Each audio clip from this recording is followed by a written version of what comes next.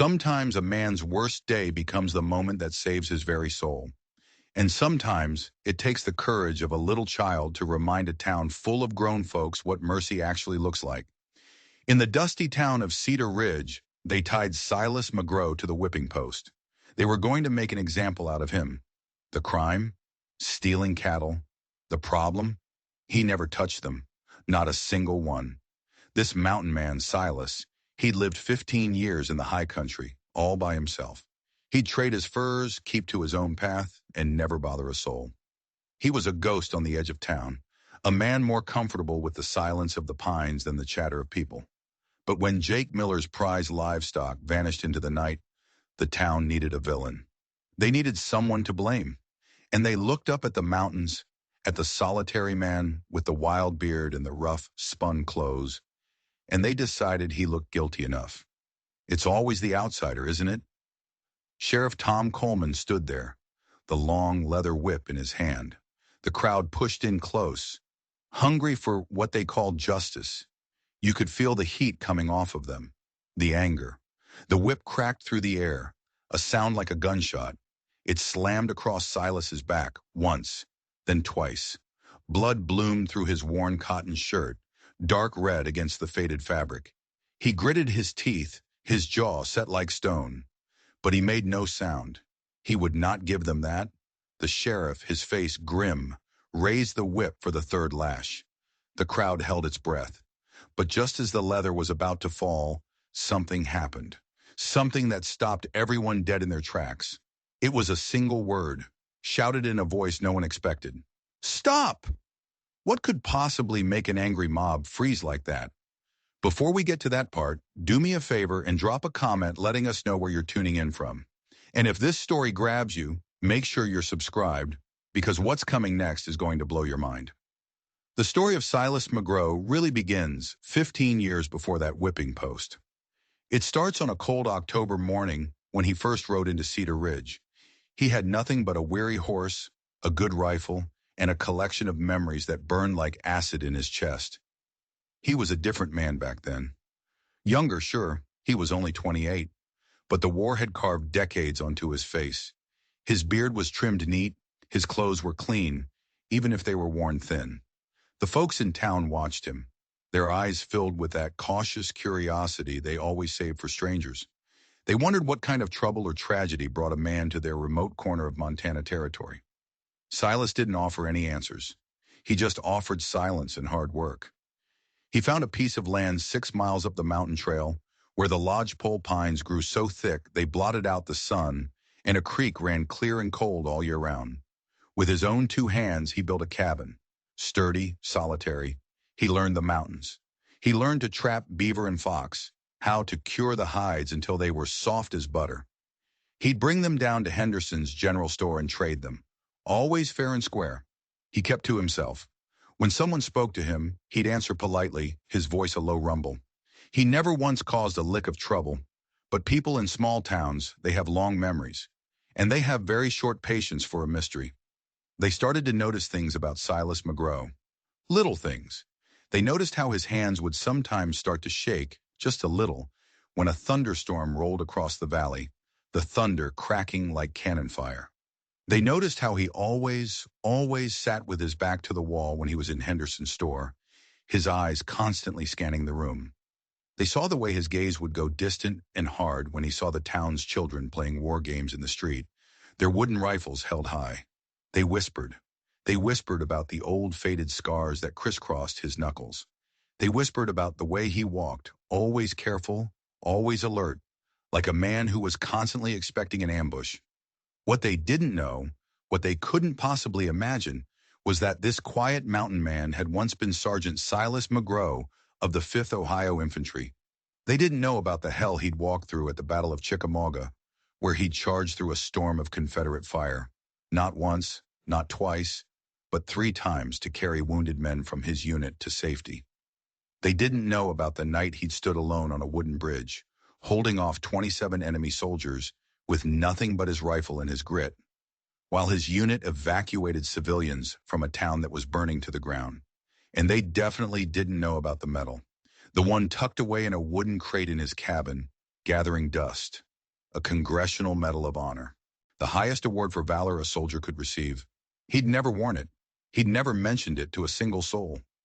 All they saw was a quiet man who lived alone in the mountains and seemed to prefer it that way. And in a town like Cedar Ridge, that was enough to make you a suspect. Sheriff Tom Coleman was one of the few who actually tried to get to know Silas over the years.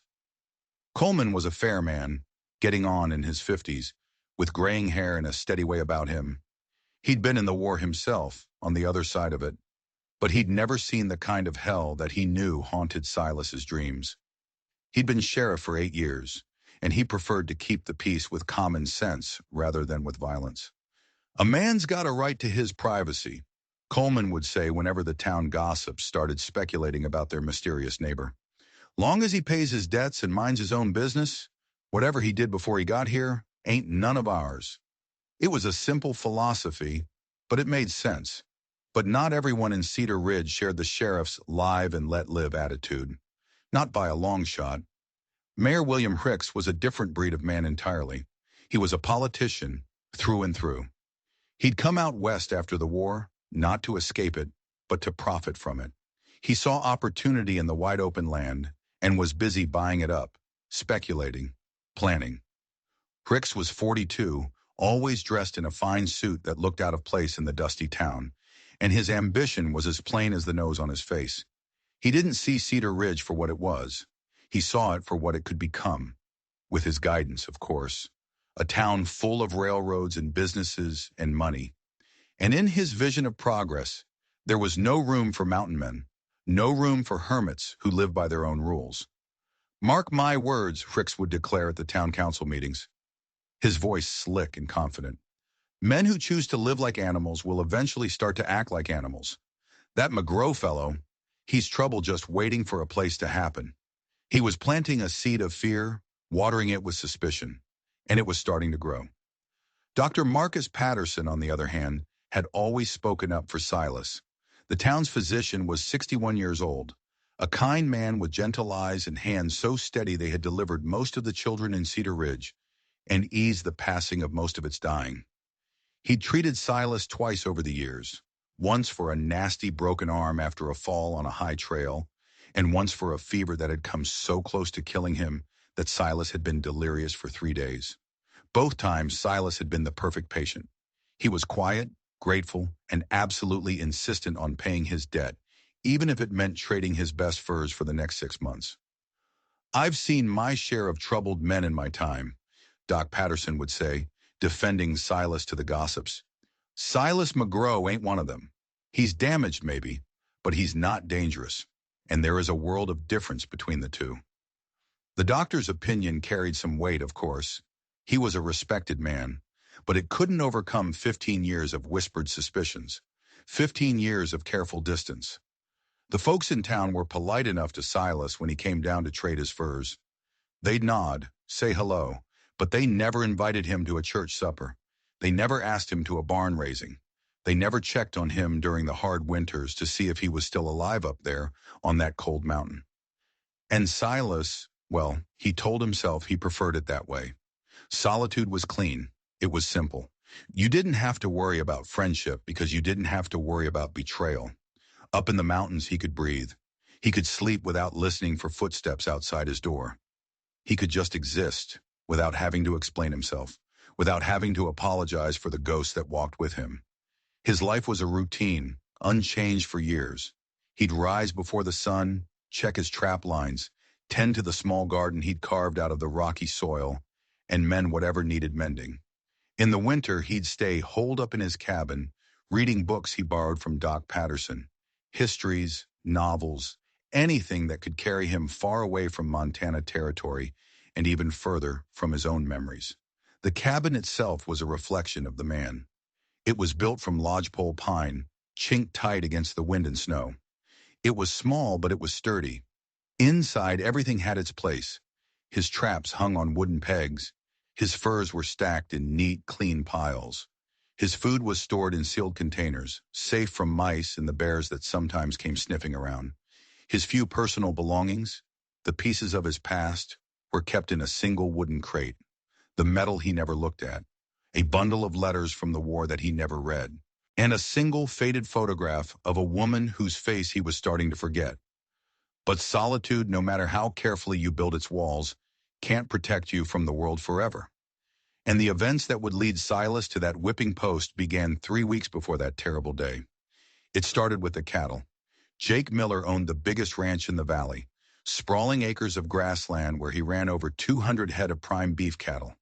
Miller was a hard man in his 40s, built thick like a bull, with a temper just as quick. He had a reputation for settling his arguments with his fists, not with words. He'd arrived in Montana 5 years ago with a pocket full of money and an ambition to build himself an empire. One Tuesday morning, Miller stormed into town. His face was red. His voice was a roar that echoed down the main street. 20 head of his best cattle, he claimed. Vanished. Stolen clean out of his pasture overnight, without a single soul hearing a thing. He'd found tracks, he said. Tracks leading up. Up toward the mountains. Toward the high country where only one man lived. The country where Silas McGrow made his home. Who else could it be? Miller demanded at the emergency town meeting they called that same afternoon. His voice boomed in the small meeting hall. That man lives up there like a savage. He probably thinks he can just take whatever he wants from decent, hard-working folks. I bet he's been planning this for months. Sheriff Coleman tried to calm things down.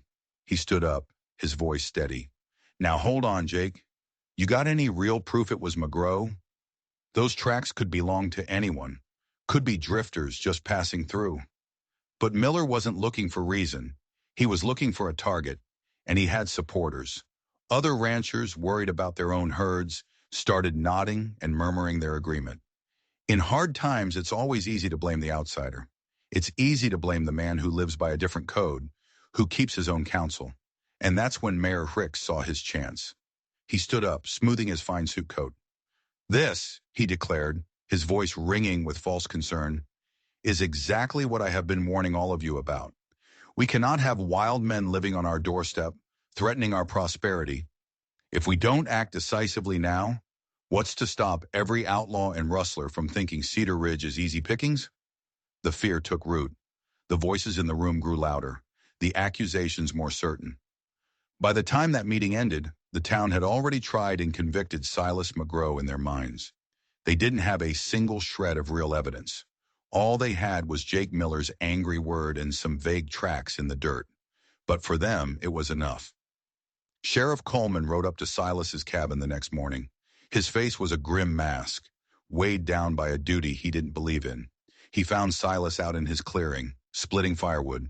The rhythmic crack of the axe echoed off the mountainside, a lonely, peaceful sound. Silas, Coleman said, dismounting slowly from his horse, I've got to ask you some questions about Jake Miller's cattle. Silas set down his axe. He straightened up, his eyes reading the trouble in the sheriff's expression before another word was spoken. What about him? 20 head went missing 2 nights back, Coleman said, his voice flat. Miller is saying you took them. The accusation hung there in the crisp mountain air, thick and foul like smoke from a bad fire. Silas's jaw tightened, but when he spoke, his voice was as level as a frozen lake. I didn't take his cattle, Tom. I haven't been anywhere near Miller's place in months. I figured as much, Coleman admitted with a sigh. But Miller's got folks all worked up. The mayor's talking about justice and making examples. I've got to ask, where were you 2 nights ago? Right here, Silas said, gesturing to the cabin, the trees, the vast emptiness around them. Like always. Anyone who can vouch for that? The sheriff asked, though he already knew the answer. Silas looked around his silent clearing, at the mountains that were his only neighbors, his only witnesses. No, he said, just me, and the trees. Coleman sighed again, a heavy, weary sound. He adjusted the brim of his hat. Silas, I've got to ask you to come to town with me. Let folks see you answer the questions proper. We need to clear this up, official-like. Silas's eyes narrowed. You arresting me, Tom? Not yet, Coleman said, his voice low. But if you don't come willing, they'll make me. And things will go a hell of a lot harder for you if I have to drag you down that mountain. Silas stood there, considering his options. He could run. He could disappear so deep into these mountains they'd never find him. He could live off the land for months, years even, until things cooled down. But running always makes a man look guilty. And this was his home. The only home he'd known for 15 long years. Sooner or later, he'd have to come back. "All right," he said finally, his voice resigned. "Let me get my coat." The ride down to Cedar Ridge was quiet. Both men were lost in their own thoughts. Sheriff Coleman was hoping, praying, for some kind of reasonable solution to this mess. And Silas was preparing himself for trouble. He could feel it coming, the same way he could feel a storm gathering over the peaks. They arrived in town to find it buzzing like a disturbed beehive. The air was thick with excitement and a nasty simmering anger. Word had spread like wildfire. The mountain man, the cattle thief, was coming down to face justice. By the time they reached the small brick jailhouse, a crowd had gathered in the street. Jake Miller stood right at the front of the group, his arms crossed over his massive chest, a triumphant sneer on his face. "There's our rustler," he shouted, pointing a thick finger at Silas. "Look at him, sneaking around in the mountains, thinking he's too good to live amongst decent folks." Mayor Ricks materialized at Sheriff Coleman's elbow, his movements smooth and practiced. "Sheriff," he said, his voice low but firm, "I trust you will handle this matter with the gravity it deserves. The good people of Cedar Ridge demand justice." Coleman looked at the faces surrounding them. He saw anger, yes, but he also saw something else, a kind of feverish excitement, a bloodlust that was barely contained. "I'll handle it," he said, his voice tight. "Legal and proper. Silas will get a fair hearing." But as he looked into the hard, unforgiving eyes of the crowd, Sheriff Coleman had a sinking feeling in his gut. Fairness had already packed its bags and left Cedar Ridge. The crowd had already made up its mind. All that was left to decide was the punishment. The trial, if you can even call it that, lasted less than an hour. It was a joke, a complete farce. Judge Warren Hayes had ridden over from the county seat. It's a journey that usually takes 2 full days, but he'd made it in record time after getting an urgent telegram from Mayor Ricks. Hayes was a thin man, with sharp, bird-like features and ambitions that were even sharper.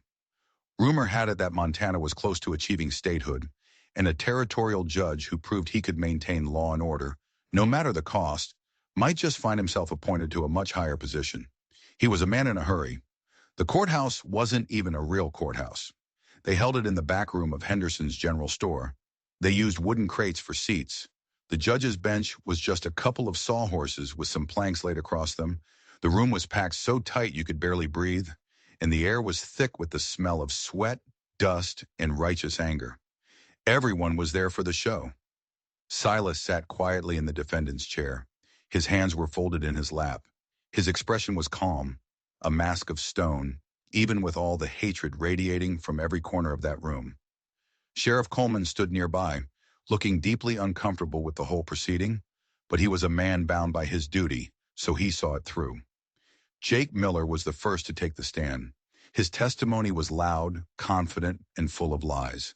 He described finding his cattle missing.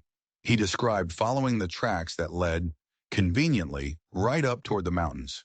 He described finding evidence that, he claimed, pointed directly to the hermit who lived like an animal above their town. "What kind of evidence, Mr. Miller?" Judge Hayes asked, his pen scratching furiously across a sheet of paper. "Boot prints," Miller declared, his voice booming. "Clear as day, leading right up the trail toward McGraw's place. And what's more, he's been watching my herd for weeks. I've seen him myself, riding past my property, eyeing my stock like a wolf watching a flock of sheep." This was news to Silas. He rarely ever went near Miller's ranch, and he certainly hadn't been scouting cattle. He started to stand up, to object. But the lawyer they had assigned to him put a hand on his arm. The lawyer was a young, nervous kid named Timothy Walsh, who'd arrived on the very same stagecoach as the judge. He looked like he'd rather be anywhere else in the world. "Let's not interrupt," Walsh whispered, his voice shaking. "We'll have our turn." But their turn never really came.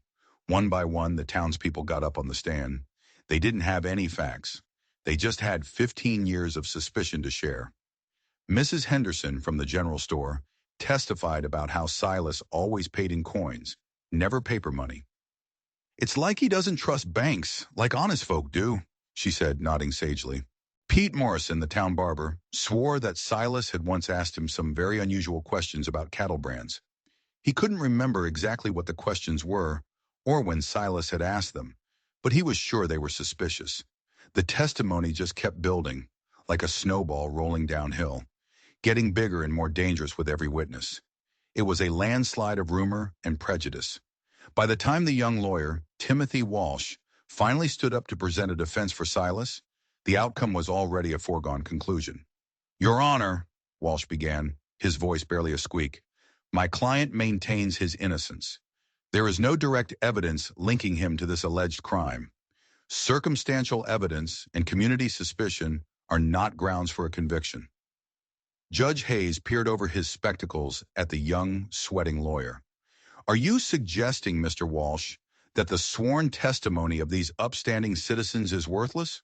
I'm saying, Walsh stammered, gathering a sliver of courage, that testimony must be supported by facts, Your Honor. Where are the stolen cattle? Where are the tools that were used to move them? Where is any physical evidence of wrongdoing at all? They were fair questions. They were logical questions. But fairness and logic had no place in that room. Judge Hayes deliberated for exactly 3 minutes. He didn't even leave the bench. He just sat there, tapped his pen a few times, and then delivered his verdict. Silas McGrow, he announced, his voice cold and final.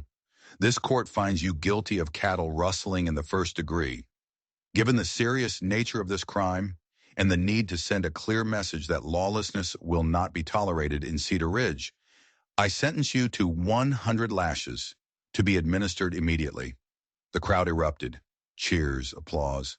People were stamping their feet. 100 lashes. Everyone knew what that meant. It was a death sentence.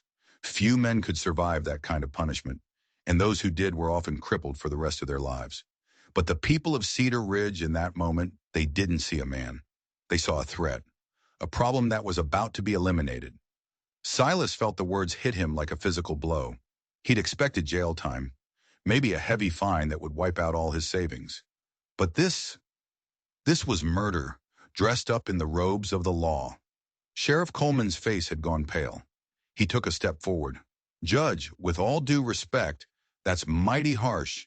Maybe we could consider... The sentence stands, Judge Hayes declared, already gathering his papers, eager to be done with it. Sheriff, see that it is carried out before sundown. I want to be back on the road first thing tomorrow morning. And so they brought him to the whipping post.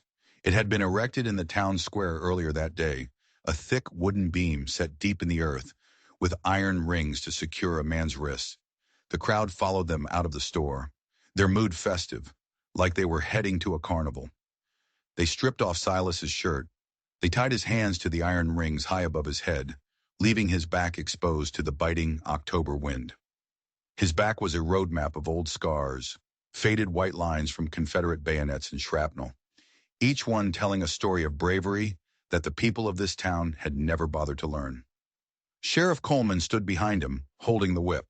It was a heavy braided leather instrument designed for one purpose, to tear flesh from bone. His hands were shaking as he raised it for the first blow. Silas, he whispered, his voice choked with shame. I'm sorry about this. Just get it done, Tom, Silas replied, his own voice quiet, steady. Ain't your fault these folks lost their minds. The first lash cracked across his shoulders. It opened a fiery line of blood that trickled slowly down his spine. The second followed a heartbeat later, crossing the first in a burning X of agony. Silas gritted his teeth, his body rigid against the post. He stayed silent. He had endured worse pain than this in the war. He would not give this crowd the satisfaction of hearing him scream. Sheriff Coleman, his face a mask of misery, raised the whip for the third time. The crowd leaned in, their eyes wide with anticipation. But just as the blow was about to fall, that's when the voice called out. A small voice, but clear as a bell in the sudden silence. Stop! Everyone turned. They saw a little girl pushing her way through the thick press of bodies. Her face was flushed, her expression a mixture of determination and righteous, childish anger. She couldn't have been more than 8 years old. She had blonde braids and bright blue eyes that were blazing with a fire that put the whole town to shame. She wore a simple blue dress, and in her tiny fist she clutched a small wooden cross. "Emma!" It was Doc Patterson's voice, cracking with alarm. He recognized his own granddaughter. "Emma, get back here right now!"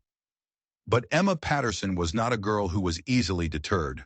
She marched straight up to the whipping post, her small chin held high and defiant. She held that little wooden cross out in front of her like it was a shield that could ward off all the evil in the world. "You can't hurt him," she declared, her voice ringing out across the suddenly silent town square. "My mama says hurting people is wrong, and God says we're supposed to help people who are suffering, not make it worse." The crowd just stared, stunned into silence. This tiny slip of a girl had positioned herself directly between the condemned man and the sheriff with the whip. She spread her arms out wide, as if she could protect Silas with her own small body. "Emma, honey," Sheriff Coleman said gently, lowering the whip. His voice was soft, pleading.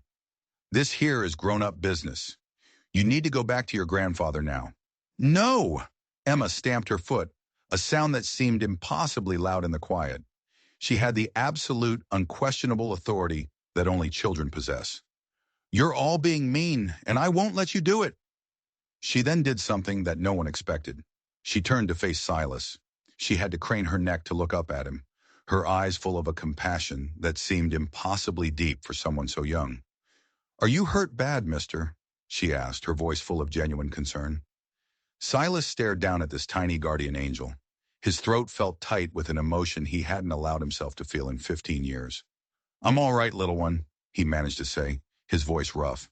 "Don't you worry about me." "What's your name?" she asked, as if they were just two people meeting at a church social instead of a public execution. "Silas McGraw, miss," he said. "What's yours?" "Emma Patterson. I'm 8 years old and I'm visiting from Boston," she said, with all the pride of a world traveler. Then she looked him square in the eye. "Did you really steal those cows?" The question, in its devastating simplicity, hung in the air. It cut through all the lies, all the prejudice, all the fear. In a child's world, there was truth and there were lies. And grown-ups were supposed to know the difference. "No, Emma," Silas said, and his voice was as quiet and true as the mountain stream near his cabin. "I didn't steal anybody's cattle." Emma nodded once, as if this settled the entire matter completely. She turned back to face the stunned crowd, her little wooden cross held high like a scepter. "He says he didn't do it," she announced to the whole town. "And my mama taught me that people who tell lies can't look you in the eyes when they talk." He looked right at me. "So he's telling the truth." The crowd shifted uncomfortably. A few people mumbled for the girl to be removed, but their voices lacked any real conviction. Others just stood there in silence, a seed of doubt finally planted in their minds. They were suddenly uncertain about what, exactly, they were witnessing. Mayor Hicks pushed his way to the front, his face a blotchy red mask of frustration. "Sheriff Coleman, remove that child immediately and proceed with the sentence," he commanded. But before the sheriff could move, Emma did something that stopped every heart in that square. She walked right over to Silas, to the man they had all condemned, and she wrapped her small arms around his legs, hugging him as fiercely as she could. "Don't worry," she whispered, her voice just loud enough for those nearby to hear. "I won't let them hurt you anymore." The sight of it, this innocent child, this beacon of purity, embracing the condemned outcast, it created a moment of profound, earth-shattering silence. Here was pure compassion in action, undiluted by prejudice, untouched by fear. Here was the simple moral clarity that all the adults in Cedar Ridge had lost somewhere in their rush to judgment. It was Doc Patterson who finally found his voice and his courage. He stepped forward, his worn medical bag in his hand, his face set like granite. "That's enough," he said, his voice firm and clear. "Sheriff, I am calling a halt to this proceeding on medical grounds. This man requires treatment for his wounds, and this child needs to be removed from this barbaric display." "You don't have the authority to stop a legal punishment," Mayor Hicks protested, his voice sputtering with rage. "I have the authority to treat injuries and to protect children," Doc Patterson shot back, his eyes flashing. "And right now, both of those duties trump whatever twisted legal authority you think you have." Sheriff Coleman looked from the determined doctor to the furious mayor to the little girl still clinging to Silas's legs. He could feel the moral weight of the moment pressing down on him, crushing him. He could feel the certainty draining out of the crowd like air from a punctured balloon. Maybe, maybe we should take a break, he said finally, his voice barely a whisper. Let folks think on this properly. Emma looked up at Silas, her blue eyes shining with triumph. See, she said, I told you it would be okay. And for the first time in 15 long, lonely years, Silas McGraw felt something he thought he had lost forever. He felt a flicker of hope, but he also felt something else, something fierce and protective stirring in his chest, an instinct that had been dormant since the war. This child, this tiny stranger, had risked herself for him. She had shown him kindness when the entire world was bent on cruelty, and in that moment, Silas made a silent vow. Whatever happened next, he would not let any harm come to Emma Patterson, not while he still had breath in his body. Doc Patterson's medical bag had seen 30 years of hard frontier service. Its leather was worn smooth, marked with the stains and scars of countless house calls, late-night emergencies, and moments where a healing hand mattered more than any law or protocol. Tonight, as he gently cleaned the two deep gashes across Silas's back in the dim light of the jail cell, that bag represented something more. It was a symbol of compassion standing against punishment. Hold still now, Doc Patterson murmured, dabbing a stinging antiseptic onto the raw wounds. This might smart some. Silas barely flinched. He'd endured pain that would have broken most men. But the gentle care in the old doctor's hands, that was almost harder to bear than the whip had been. Kindness, he had learned long ago, could cut deeper than cruelty when your heart wasn't used to it. Emma sat on a wooden stool beside the cot, her small legs swinging back and forth, not quite reaching the floor. Her bright blue eyes studied every detail of her grandfather's work. She had absolutely refused to leave when he'd brought his medical supplies, and after a moment of argument, he'd finally given up trying to send her away. She'd earned her place in this room. Does it hurt something terrible? She asked Silas, her voice soft with a child's pure, uncomplicated concern. Not so bad, Silas replied, though a sheen of sweat had broken out on his forehead. I've had worse. In the war.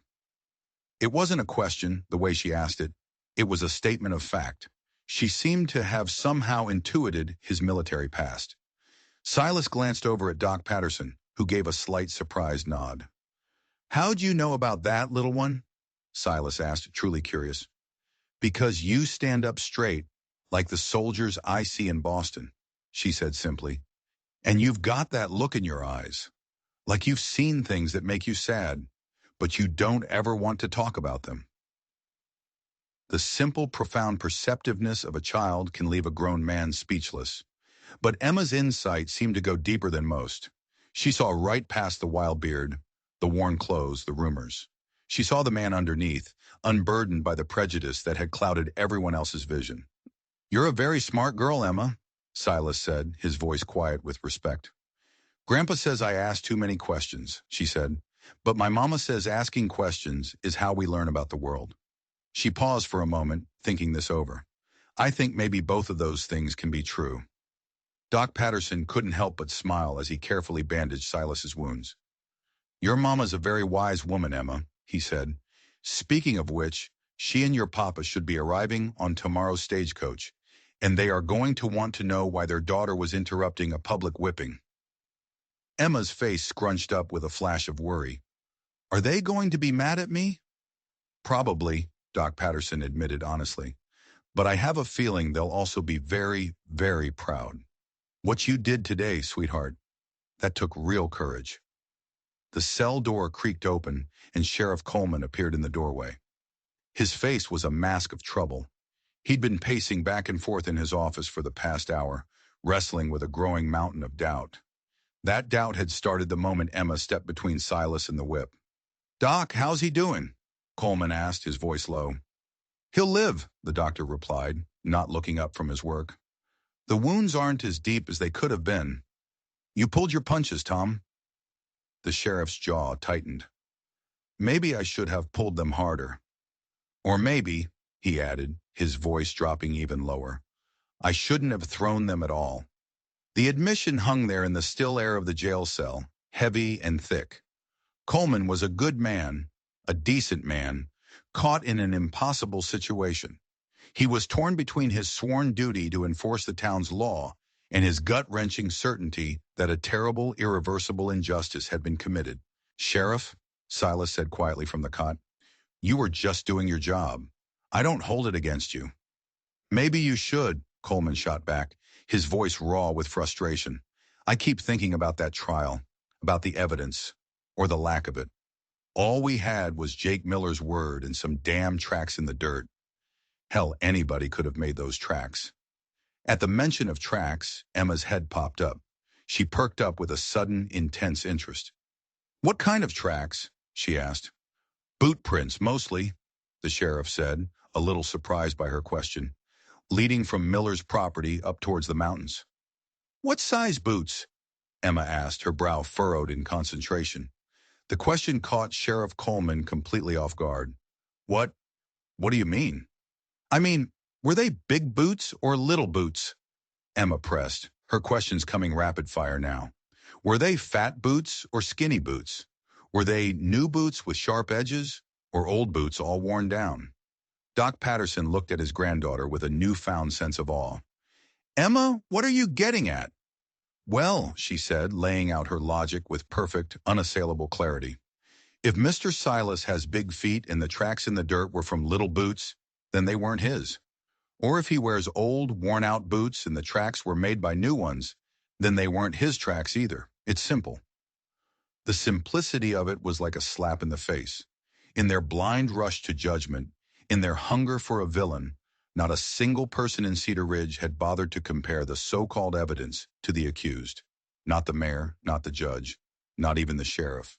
Sheriff Coleman's face flushed, a mixture of deep embarrassment and a hot, rising anger at his own foolish oversight.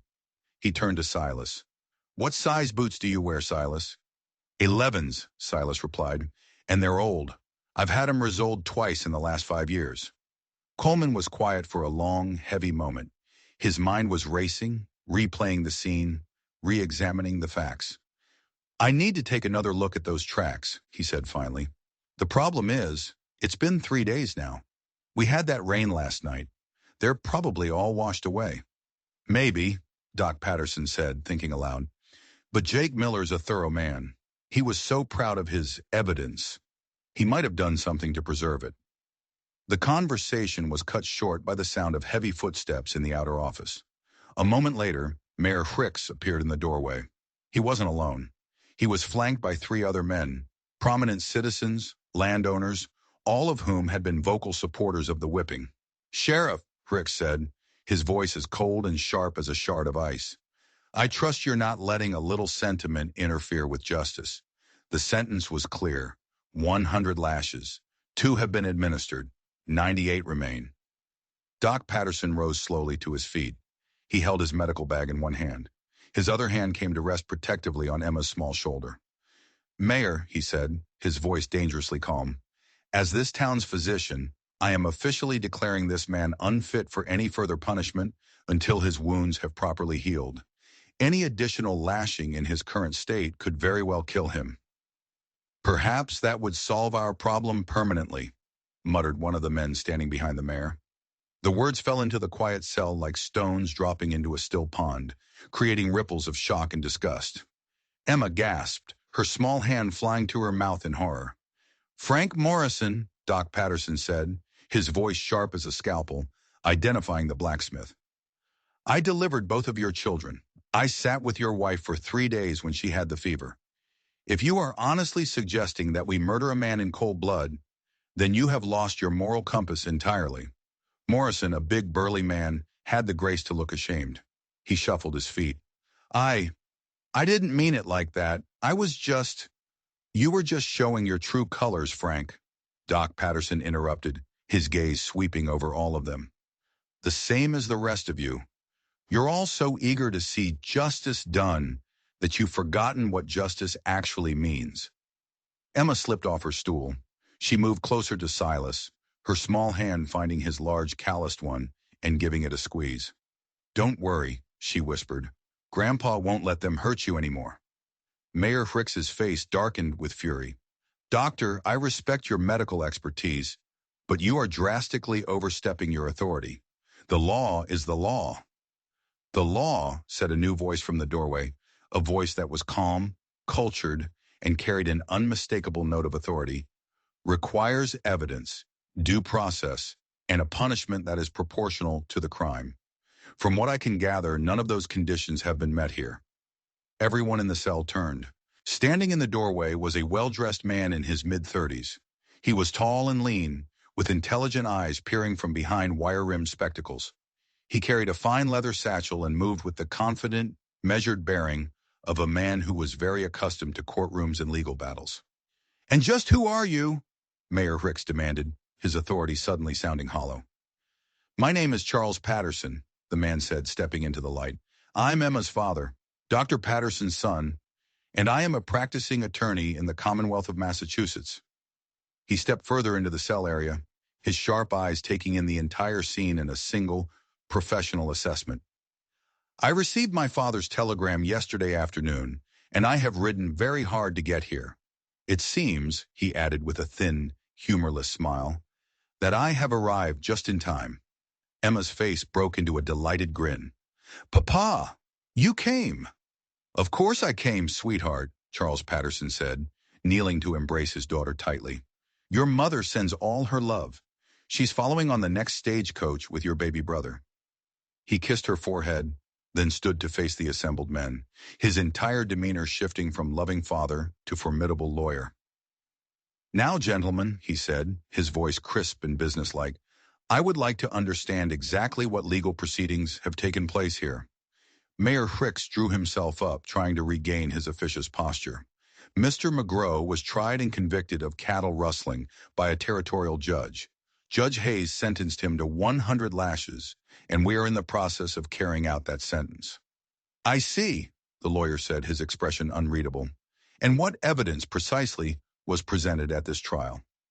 "The testimony of reliable witnesses," Ricks snapped, "tracks leading from the scene of the crime to his property, and his own suspicious antisocial behavior over the past 15 years. Charles Patterson nodded thoughtfully, as if considering this. "And was my client," he asked, his voice dangerously soft, "represented by legal counsel?" "Your client?" Frick scoffed. "He was assigned a lawyer, yes. A young man, Walsh." "And did this Mr. Walsh have adequate time to prepare a defense? Did he have the opportunity to examine the evidence, to cross-examine the witnesses?" Charles's questions were coming faster now, each one a sharp, precise jab. Did he, for instance, think to compare the boots of the accused to the boot prints found at the scene? Sheriff Coleman flinched, the question hitting him like a physical blow. Mayor Ricks's face went blank. The silence in the cell was deafening. "I see," Charles Patterson said again, his voice now laced with cold contempt. "So to summarize, you convened a sham trial with a hired judge and an incompetent defense attorney based on flimsy, unexamined evidence and public prejudice. You then sentenced a man to a punishment that is tantamount to execution." He paused, letting the weight of his words settle. "Gentlemen, what you have done here is not justice. It is a mob lynching, poorly disguised as legal process, and I assure you, it will not stand." He turned to Sheriff Coleman, his gaze intense. "Sheriff, I am hereby formally representing Mr. McGraw. I demand that all further punishment be suspended immediately. I want my client's personal effects from his cabin, and I want to see these supposed tracks for myself. Now." The arrival of Charles Patterson changed everything. It was like a cold, sharp wind of logic blowing through the hot, fevered atmosphere of Cedar Ridge. Mayor Ricks and his cronies tried to bluster and object, but the lawyer from Boston dismantled their arguments with a calm, surgical precision that left them stammering and speechless. He spoke of territorial law, of constitutional rights, of due process, concepts that felt foreign and inconvenient in a town that ran on gut feelings and suspicion. Sheriff Coleman, looking relieved to have a legitimate authority to defer to, quickly agreed to everything. He suspended the sentence, much to the mayor's fury, and deputized Doc Patterson to ensure Silas received proper medical care. The first order of business for Charles was the boot prints. He, Sheriff Coleman, and a very determined Emma, who insisted on coming along as an expert witness, rode out to Jake Miller's ranch. Miller met them at his gate, his face a thundercloud of resentment. "This is a waste of time," he grumbled. "The man's guilty. The judge said so." "The judge," Charles replied coolly, "presided over a proceeding that wouldn't pass muster in a kangaroo court. Now, if you'll be so kind as to show us the evidence you presented." Reluctantly, Miller led them to a stretch of ground near his empty corral. He pointed to a patch of mud where several boot prints were visible. He'd had the foresight, he explained proudly, to cover them with a wooden board to protect them from the rain. He lifted the board with a flourish, revealing a half-dozen clear impressions. Charles knelt for a closer look. Emma knelt right beside him, her small face serious. Sheriff Coleman stood over them, looking on with a mixture of hope and dread. "See?" Miller said, jabbing a finger, "heading straight for the mountains, right where he lives." Charles didn't say anything for a long moment. He just studied the prints. Then he turned to the sheriff. "Tom, would you mind?" He gestured to the sheriff's own boots. Coleman wore a standard issue size 10. He carefully placed his foot next to one of the prints. The print in the mud was noticeably smaller and narrower. Then Charles pulled a small, folded piece of paper from his pocket. He traced the outline of Silas's worn-out size 11 boot before they had left the jail. He unfolded it and laid it over one of the prints. It was a mismatch, a complete and total mismatch. The tracing was a good inch longer and significantly wider than the print in the mud. Emma, however, noticed something else. "Papa, look," she said, pointing with a small dirt-smudged finger. "The bottom part. It's all bumpy." Charles looked closer. The sole of the boot that had made the print had a distinct, deep-treaded pattern. It was a pattern designed for grip, for traction. It was the pattern of a new, well-made work boot, not the smooth, worn-down sole of a boot that had been resoled twice. "Sheriff," Charles said, his voice dangerously quiet, "did you happen to take note of Mr. Miller's footwear at the trial?" Coleman's eyes widened as the realization hit him. He was wearing new boots," the sheriff said, his voice a hoarse whisper. "Just like these. Brand new." They all looked at Jake Miller. The big rancher's face had gone pale under his tan. A bead of sweat trickled down from his temple. He saw where this was going. "That don't prove nothing," he blustered. "Lots of people wear boots. Could be his partner. Some other rustler he was working with." "Perhaps," Charles said smoothly, standing up and dusting the dirt from his trousers. "But it certainly proves one thing beyond any doubt. The man you tied to a whipping post could not possibly have made these tracks." The foundation of the town's certainty had just crumbled into dust. Word of the boot print discovery spread through Cedar Ridge faster than a prairie fire. The mood in the town began to shift. The righteous anger started to curdle into an uneasy shame. People who had been shouting for blood a day earlier were now avoiding Sheriff Coleman's gaze, muttering amongst themselves. They had been so sure, so certain, and they had been so horribly, terribly wrong. Mayor Hicks tried to control the narrative. He called it a legal technicality, a fancy lawyer's trick. "The man is still a menace," he argued in the general store. "The fact remains, the cattle are gone." But the seed of doubt had taken root, and Charles Patterson was just getting started. He spent the next 2 days conducting his own investigation. He was methodical, relentless. He interviewed everyone who had testified, his questions sharp and probing, peeling back the layers of rumor and prejudice to get to the flimsy truth underneath. He quickly discovered that no one had actually seen Silas near Miller's ranch. They'd seen him riding in the distance. They'd seen him in town. Everything else was just assumption. His most important discovery, however, came from a place he didn't expect. He was reviewing the town's land deeds at the clerk's office, looking for any history of disputes between Silas and his neighbors. And that's when he found it. It was a contingency contract filed just 2 weeks earlier. It was an agreement between Mayor William Hicks and rancher Jake Miller. The contract stated that if the parcel of land currently occupied by Silas McGrow were to become unoccupied, for any reason, Miller would purchase it from the town registry, and Mayor Hicks would personally receive a 10% finder's fee for facilitating the deal. A finder's fee that amounted to a small fortune. But it was the next part that made Charles's blood run cold. The contract had an addendum. It stipulated that a geological survey had been secretly conducted on that land, and that survey had confirmed the existence of a massive, untapped spring, a source of fresh water so large it could irrigate the entire valley, making the surrounding land 10 times more valuable. Silas McGraw wasn't just living on a piece of land, he was living on a gold mine of water, and Mayor Hicks and Jake Miller had conspired to take it from him. The stolen cattle, the sham trial, the whipping. It wasn't about justice. It was a violent, illegal eviction, dressed up as the law. It was attempted murder for profit. Meanwhile, Sheriff Coleman, haunted by his own role in the injustice, was conducting his own, quieter investigation. He was consumed by guilt. He couldn't sleep. He kept seeing Silas's back, the blood welling up from the lash. He kept hearing Emma's small voice crying, "Stop!" He knew he had to make it right. He started by thinking about the cattle. 20 head of cattle don't just vanish. They're loud. They're clumsy. They leave a trail. Someone would have had to move them, and move them fast. He started asking around, not about Silas, but about any unusual activity on the night the cattle went missing. He talked to an old prospector who lived in the hills between the town and Miller's ranch. The prospector, a man named Jeb, was wary of the law, but he trusted Coleman. After some gentle prodding, Jeb admitted he'd heard something that night. A lot of noise. Cattle moving. He'd looked out and seen a half-dozen riders pushing a small herd north, up into the Rocky Canyons. "Did you recognize any of the riders?" Coleman asked, his heart pounding. Jeb shook his head. "Too dark. But they weren't Indians, and they weren't strangers. They rode like they knew the land, and they were in a powerful hurry. North.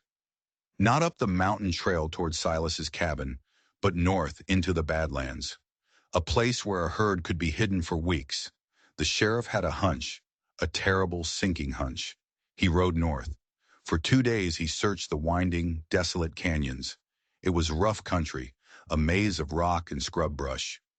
On the afternoon of the second day, he found them, tucked away in a small, hidden box canyon, with a makeshift fence blocking the entrance, were 20 head of cattle. All of them bore Jake Miller's brand.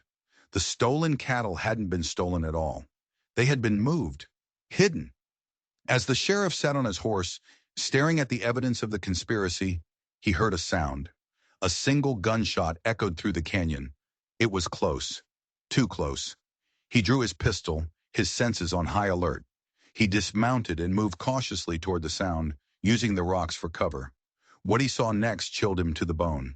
Standing over a freshly dug, shallow grave was Frank Morrison, the blacksmith, the man who had suggested that killing Silas would solve their problems. And standing a few feet away, holding a smoking pistol, was Mayor William Hicks. Hicks had found out about the sheriff's investigation.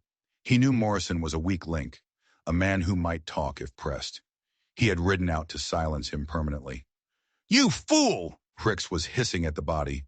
"You were supposed to keep your mouth shut." Sheriff Coleman stepped out from behind the rocks, his own gun leveled at the mayor's chest. "Drop it, Hicks. It's over." The mayor spun around, his face a mask of shock and rage. For a moment he considered raising his pistol, but he saw the look in the sheriff's eyes, the look of a man who had been pushed too far, a man who would not hesitate. Hicks's gun clattered to the rocky ground. The confession came tumbling out, the whole sordid plan. Hicks had cooked it up. He'd used Miller's financial troubles to blackmail him into participating. Miller's ranch was failing, and Hicks had offered him a way out. A partnership in the water rights, if he helped get rid of Silas. They'd hired Morrison and a few other hands from Miller's ranch to move the cattle, to create the crime. It was all a lie, a greedy, vicious lie that had almost cost an innocent man his life. They brought Hicks and Miller back to town in irons. The news of their confession, of the hidden cattle, of the murder of the blacksmith, of the secret land deal, swept through Cedar Ridge like a judgment from on high. The shame that had been simmering in the town now boiled over into a collective, white-hot fury. But this time, the fury was aimed at the right people. The crowd gathered in the town square again. But this time, they weren't there to see a man whipped. They were there to see 2 men arrested. They were there to witness the truth. They watched in stony silence as Sheriff Coleman locked Mayor Hicks and Jake Miller in the same cell that had held Silas. Charles Patterson, with Silas at his side, formally presented the evidence to the circuit judge who had been summoned. The case against Silas was dismissed with a profound apology from the court. The charges against Hicks and Miller were overwhelming: conspiracy, fraud, cattle theft, and murder. Their futures would be decided by a hangman's rope. In the aftermath, a strange quiet fell over Cedar Ridge. It was the quiet of a town reckoning with its own soul. They had nearly lynched a hero. They had been manipulated by greed and fear into committing a terrible sin. A delegation of townspeople, led by a deeply humbled Mrs. Henderson and Barbara Pete Morrison, came to the jail. They didn't come to see the prisoners. They came to see Silas. They stood before him, their heads bowed, and they apologized. They offered to help him rebuild, to make amends. Silas just listened, his expression unreadable. For 15 years, he had wanted nothing from these people. Now they were offering him everything. The most important moment, however, came later that day. Charles Patterson was preparing to leave with his family. Emma came to say goodbye to Silas. She threw her arms around his waist and hugged him tight. "You're not going to go back up to the mountain all by yourself, are you?" she asked, her voice muffled against his shirt. "This is my home, little one," he said gently. "No," she said, looking up at him, her blue eyes serious. "Home is where people love you. My papa says you're the bravest man he's ever met. He said what you did in the war was heroic." Charles had found the Medal of Honor while gathering Silas's things. He'd read the citation, and he'd told the whole town the story of Sergeant Silas McGraw. He'd made sure they understood who they had almost destroyed. "Maybe," Silas said, a small, unfamiliar smile touching his lips. "It's time I found a new home." He looked over Emma's head at Doc Patterson and his son Charles. He saw the respect in their eyes. He saw the offer of friendship, of family. And he knew in that moment that the walls he had built around his heart for 15 years were finally starting to come down. The war had ended a long time ago. It was time for the soldier to finally come home. Silas didn't go back to his cabin in the mountains. He stayed. He accepted the town's help in building a new place, closer to town, on a piece of land Doc Patterson gave him. He found that the silence he had craved for so long was finally being filled with something better. The sounds of friendship, of laughter, of a community trying to heal itself. He never spoke much about the war, but he didn't have to. The town knew, and they honored him for it. Sometimes a man's worst day, the day he's tied to a whipping post with his back bared to the world, can become the very moment that saves his soul. It can be the day that the world, through the eyes of a child, finally sees him for who he truly is. What happened in Cedar Ridge is a powerful reminder that justice without mercy is just cruelty. And that courage can come in the smallest of packages. If you enjoyed this story and you believe in the power of courage and compassion, do me a favor. Hit that subscribe button, because stories like this are what we're all about. And you won't want to miss the one I have for you tomorrow.